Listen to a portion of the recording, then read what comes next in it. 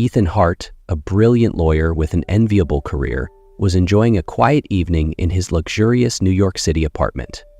The modern space, with its floor-to-ceiling windows offering a panoramic view of the city, was his perfect retreat from the chaos and complexities of the outside world. For Ethan, life was a series of high-stakes trials, major contracts, and strategic decisions. Personal emotions rarely found their way into his meticulously ordered existence. But that evening, everything changed. His phone buzzed unexpectedly. An unfamiliar number, one from overseas, flashed on the screen. Ethan frowned, debating whether to ignore it. Curiosity got the better of him, and he picked up. "Hello?" His voice was cool and professional. On the other end of the line, a trembling child's voice broke the silence. "Dad, it's me. Can you come get me?" The words struck him like a thunderclap. Ethan froze, his heart pounding as if trying to break free from his chest. The words echoed in his mind, each syllable dragging him further into disbelief, while a quiet but undeniable pang of something, fear or perhaps guilt, clawed at the edges of his resolve. He didn't have a child, or at least he was certain he didn't. Yet the voice, filled with desperation and hope, kept him from hanging up. "Who are you?" Ethan demanded, his tone sharp. "I'm Liam Cruz. My mom is Mariana Cruz," the boy replied, his voice laced with uncertainty. The name Mariana stirred memories Ethan had long buried, memories he never thought he'd have to face again. The name Mariana Cruz stopped Ethan in his tracks. He walked to the window, his eyes fixed on the glittering lights of the city below, but his mind drifted to another place, another time. 11 years ago, Ethan attended an international conference in Mexico, where he met Mariana. She was a translator, intelligent, captivating, and fiercely independent. Ethan, accustomed to people being in awe of him, found himself drawn to her unflinching confidence. Mariana didn't hesitate to challenge him, laughing off the arrogance he carried without realizing it. They spent a few weeks together, exploring the vibrant streets of Mexico City, savoring street food, and talking late into the night about everything from law to art. Ethan couldn't remember the last time he had felt so at ease, so genuine. Even now, the memory of her laughter echoed softly in his mind, a melody that once brought him peace, but now carried an ache of regret. Her eyes, always filled with quiet determination, seemed to gaze back at him, asking questions he didn't have answers for. But life didn't wait. Mariana had her career and family in Mexico, and Ethan, with his rising career, couldn't abandon what he had built in the US. Eventually, they parted amicably, agreeing that their paths weren't meant to cross. Over the years, Ethan had thought about her occasionally, but work and ambition left little room for nostalgia. He always believed their chapter had ended cleanly, with no lingering consequences. And yet, here was a boy named Liam Cruz on the other end of the line, claiming that Mariana was gone, and that Ethan was his father. Ethan tried to keep his composure, but the words from the other end of the line refused to leave his mind. "Mom said to call you if I was ever in trouble," Liam said weakly. "I don't have anyone else." Ethan tightened his grip on the phone, torn between the instinct to hang up and the strange pull of responsibility gnawing at him. "Liam, where are you?" he asked, his tone colder than he intended. "I'm at a shelter in Mexico City," Liam replied. "But they said I can't stay here much longer. My mom, she passed away a few months ago. I don't know where to go." The words hit Ethan like a blow, but he pushed his emotions aside, clinging to logic. He couldn't let himself be swept up in this story. "How do you know my name?" he asked, his voice firm. "Mom told me about you. I've seen pictures of you and her. I know you're Ethan Hart." Ethan froze, the memories of Mariana growing sharper in his mind. Could it be true? But he couldn't let a boy, no matter how compelling the story, upend his life without proof. As soon as the call ended, Ethan reached out to a private investigator. He needed facts, not feelings. He needed to know if Mariana had really passed and whether Liam could truly be his son. A few days later, the investigator called back. Mariana had indeed died of cancer a few months earlier. Liam was living at a shelter, just as he said. But what Ethan couldn't ignore were the photos. Mariana had kept pictures of him, of them together, and of Liam. Ethan sat in his office, the evidence in his hands. The conflict inside him grew. This could all be a scam, but could a scam carry such raw pain? And if the boy was truly his son, what would he do? Ethan couldn't ignore what the investigator had uncovered: the photos, Liam's detailed accounts, and the story of Mariana. All of it pulled him closer to a truth he wasn't ready to face. A week later, Ethan found himself on a plane to Mexico City. The last time he'd been here was 11 years ago, when life was far simpler. Now, every step he took felt weighted with uncertainty. At the shelter, Ethan met Rosa, the manager. She was a kind but weary-looking woman, as if she had seen too many heartbreaking stories. "He's in the back room," Rosa said. "He's been talking about you nonstop since he called."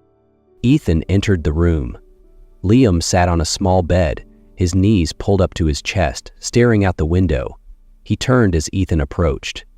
What Ethan saw was a thin boy with sharp, bright eyes. Eyes that felt strangely familiar. "Hi, Liam," Ethan said, his voice low and cautious. "You came," Liam replied without hesitation. Ethan wanted to say something, but the words caught in his throat. He nodded instead, a silent acknowledgement. The next day, Ethan took Liam for a DNA test. While waiting for the results, he decided to spend time with the boy. At first, their interactions were awkward. Ethan asked basic questions: what Liam liked, what he didn't, and how he managed after Mariana's death. Liam answered slowly, as if unsure whether Ethan really wanted to know. 3 days later, the DNA results arrived. Ethan sat in the shelter's office as Rosa handed him the envelope. His heart pounded as he opened it. Just one line stood out: 99.9% probability Ethan Hart is the biological father of Liam Cruz. Ethan looked up, his eyes meeting Liam's, who stood a few feet away. "You're my son," he said, his voice breaking under the weight of emotions he had kept buried for too long. Liam's eyes widened, shimmering with tears, as if those words had finally given him permission to hope.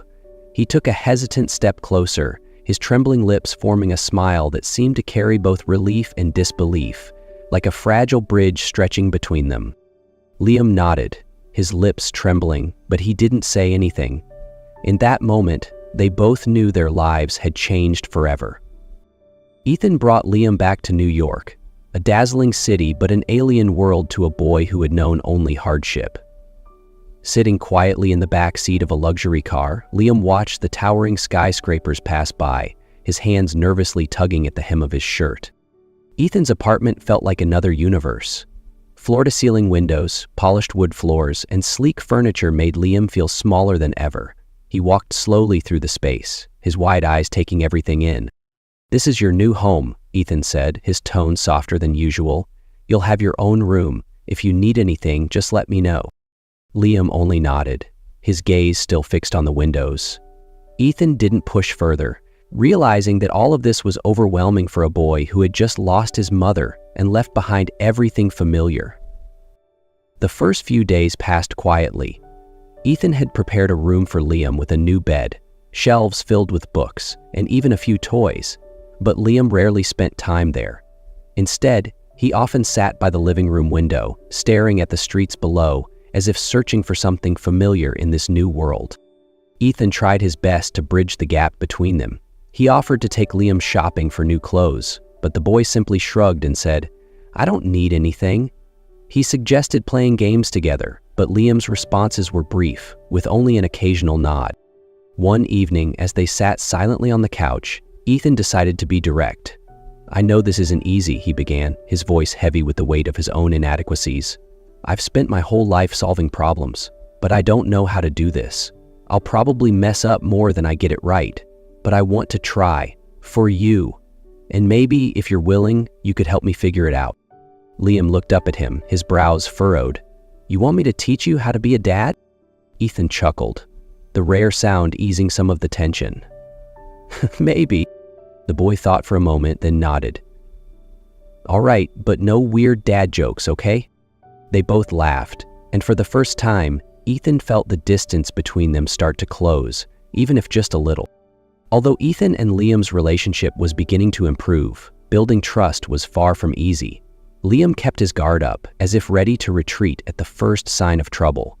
Ethan, who was used to solving problems with logic, quickly realized that fatherhood couldn't be approached like a legal case. One evening, when Ethan came home late from a tense meeting, he found Liam sitting on the floor, a deck of cards spread out before him. "What are you playing?" Ethan asked, trying to break the silence. "Just a simple card game. Mom used to play it with me," Liam replied without looking up. Ethan sat down on the floor beside him, despite feeling out of place. "Can you teach me?" Liam glanced at him, then nodded. They played in silence, the sound of cards flipping the only noise. It wasn't a perfect moment, but for Ethan, it was a small step forward. However, not everything went smoothly. One evening, Ethan forgot to come home early for dinner as he had promised. When he walked into the apartment, he found Liam sitting alone at the dining table, a plate of cold food in front of him. "I'm sorry," Ethan said, his voice heavy with regret.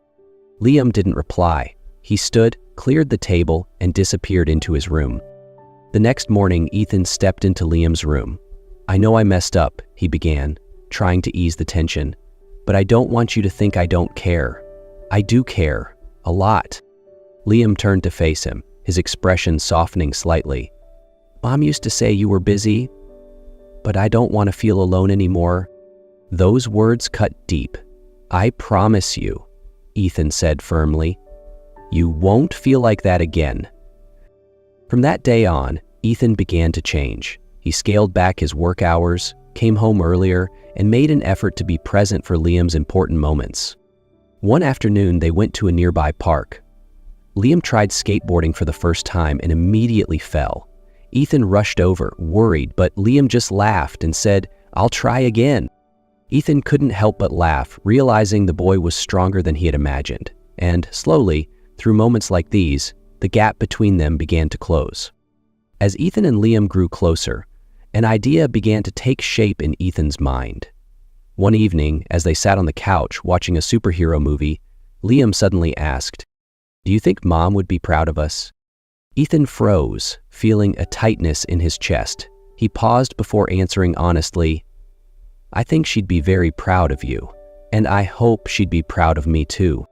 Liam nodded, his gaze distant. "She always said that even if we didn't have much, we should try to help others. She told me that no matter how little we had, there was always a way to share." Liam's words sparked something in Ethan. He turned to his son. "What if we did something to honor your mom? Something that really helped other kids like you?" Liam looked up, his eyes lighting up with hope. "You mean like a shelter for kids without homes?" "Not just a shelter," Ethan said, his voice growing more resolute. "A foundation where kids like you, kids who deserve so much more, can dream again. I see so much of your mom's strength in you, Liam, and I want to make sure her legacy lives on. A foundation where they could have a chance to grow, to get an education, and to dream about the future. We could call it the Cruz Foundation, to honor your mom." From that day, Ethan and Liam began their work. With Ethan's expertise in law and management and Liam's insight into what kids like him truly needed, they built the Cruz Foundation from the ground up. Ethan leveraged his connections to secure funding, while Liam made sure the voices of children were at the heart of every plan. A year later, they opened the first center funded by the Cruz Foundation, a facility providing homeless children with housing, education, and emotional support. Liam stood on stage, cutting the ribbon as the crowd applauded. Ethan stood beside him, pride swelling in his chest as he watched his son. That evening, they sat in the small garden behind the center, watching the sun set. Liam leaned against Ethan's shoulder and asked softly, "Do you think Mom knows what we're doing?" Ethan wrapped an arm around Liam, his gaze fixed on the darkening sky. "I think she does," Ethan said, his voice steady but filled with emotion. "And I think she's proud, not just of us, but of the life we're building in her honor." He paused, glancing at Liam. "She believed in giving hope, and that's exactly what we're doing." Liam didn't say anything more, but the soft sigh that escaped him spoke volumes. Ethan and Liam's journey wasn't easy. It was a path filled with challenges, loss, and moments of doubt, but it was also a story of healing, love, and hope. Ethan, once a man who placed his career above all else, now understood that true success wasn't measured by fame or wealth, but by the relationships we build and the legacy we leave behind. Liam, a once lonely boy, found a family in the father he had never met. Together, they built not just a home for themselves, but also a legacy that would help hundreds of other children. Looking back, Ethan realized it all began with an unexpected call, a single phone call that completely changed his life and taught him that sometimes the things we least expect are the things we need most. Their story serves as a powerful reminder that it's never too late to do the right thing, to show up, and to become the person your loved ones need. If this story resonated with you, share it with someone who might need a little hope today. Let Ethan and Liam's journey of forgiveness, hope, and second chances inspire others to take that first step. And if you haven't already, don't forget to subscribe to the channel for more uplifting stories like this. Stories of resilience, inner strength, and kindness in the face of life's challenges.